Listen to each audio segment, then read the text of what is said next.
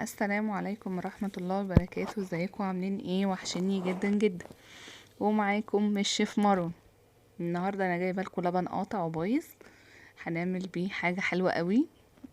اغلبية البيوت المصرية كلها بتحبها، وهي القرص الطرية الفلاحي بقى.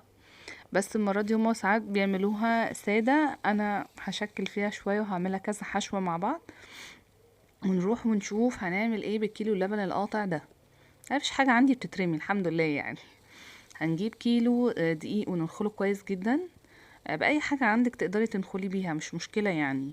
المهم ان هو لازم يتنخل كويس عشان يدينا نتيجة حلوة معانا احسن في العجينة. حطيت ذرة ملح صغيرة عليه، وهحط عليه معلقة سكر صغيرة برضو. بس انا حطيت ذرة ملح صغيرة، بس انا هرجع ازودها ان انا هحس ان انا محتاجة ان انا اضيف كمان ملح. وهجيب كيس الخميرة الفورية وهحطها. ولو عايزة تحطي الخميرة التانية دي، ما في اللي هي اللي شبه العجينة دي، ما فيش مشكلة عادي يعني، اللي عندك تتعاملي بيه. وهحط ذرة ملح زي ما انا قلت لكم تاني، هزود ذرة ملح تاني. وهخلط مكوناتي كلها ببعض. وهجيب ربع كيلو زبدة واسيحها افككها. مش شرط تكون مقدوحة، يعني مش شرط ان انت تكوني قدحاها. عايزة تكوني قدحاها توزني مثلا ربع كيلو وتحطيه كنبه. عايزه زبده كده زي ما انا يا دوبك انا فككتها في الميكروويف. ربع كيلو وحطيته. وهحط معاه ربع كوبايه زيت، او يعني تلت كوبايه زيت. ليه بقى الزيت؟ علشان يخليها معايا مقرمشه شويه، لان الزبده بتطري كده، فالزيت مع الزبده هيديني نتيجه انا عايزاها، اللي هو ايه، تكون طريه من جوه ومقرمشه من بره.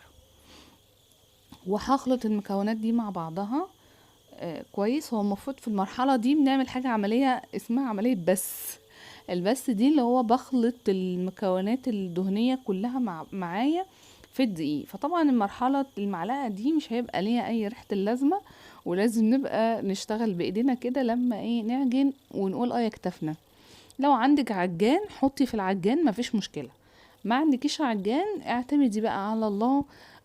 وانت اعملي شوية وخلي ولادك بما انهم يعني عايزين يتدفوا جو كده ساقعة وبتاع، يعجنوا شوية. طب بس طبعا يكونوا منظفين ايديهم يعني.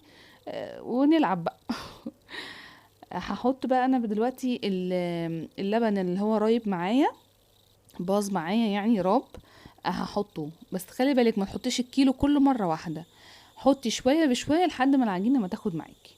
انا خلصتها عجنتها وسبتها معايا اهو لما اتعجنت، وبقت بوريكي انها جميلة وحلوة وسلسة وقوامها جميل جدا يعني. واهم حاجة ما تحطيش الكيلو، هو المفروض الكيلو بياخد كيلو، بس انا بقولك ما تحطوش لان كل دقيق بيختلف من التاني. لحد ما تلاقي العجينة بقت متماسكة معاكي كده زي ما انت شايفاها كده حلوة، خدت الكيلو. الحمد لله. ما خدتش الكيلو، ويبقى هنشيل الباقي، هينفع حطيه في الفريزر لما يروب تاني. انا الصورة اللي انا وريتها لك دي كنت عاملة جبنة ومقطعة زيتون الوان، اللي هو اخضر واسود. وكنت عاملة قرفة بسكر وشوكولاتة مبشورة.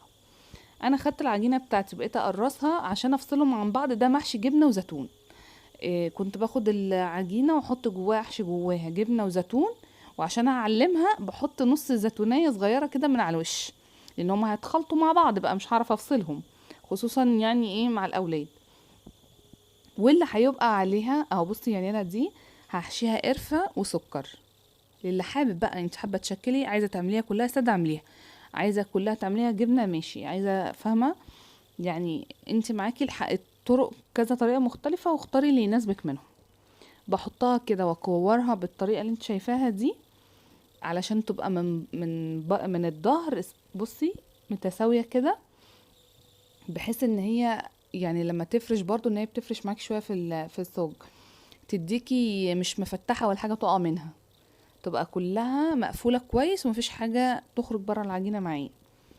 انا دلوقتي حطيت اللي هي اللي فيها القرفه، وعشان اعلمها برضو هرش عليها شويه سكر من فوق او قرفه سيان. المهم ان انا اعرف اميزها بحاجه. عايزه بقى تعملي لها شكل بقى كده زي اللي بتشوفها في الفران، او بصي شرشريها كده بالسكينه وحطي بقى قرفة وسكر من على الوش عشان تعرفي ان دي اللي هي بالسكر والقرفة. جبنه طبعا انا قلت لكم ان انا بحب احطط لها نص زيتونه كده وما بتوقعش، ما تخافيش. ولو اتلسعت شويه يعني هي مش بيجرى لها حاجه على فكره، يعني هي بتنشف بس سنه كده في الفرن وخلاص، وبتبقى طعمها برضو حلو. هحط بقى مكعب شوكولاته اهو، هعملها بالشوكولاته. وخلصت بقى وسوينا. هتسوي على قد ايه الحراره؟ هتسوي على 180 درجه، وطبعا بتبشريها كل شويه. جميلة جدا وتحفة جدا وطرية من جوه ومقرمشة من بره، حاجة بصراحة وهمية. تنفع معاكي بقى فطار وتنفع معاكي عشاء، والاولاد بقى هيحبوها قوي قوي قوي. بصي دي اللي بجبنة اللي انا قلت معلماها. بصوا دي انا هفتحها لكم اللي هي بالجبنة. بصوا جميلة، طرية من جوه ومقرمشة من بره.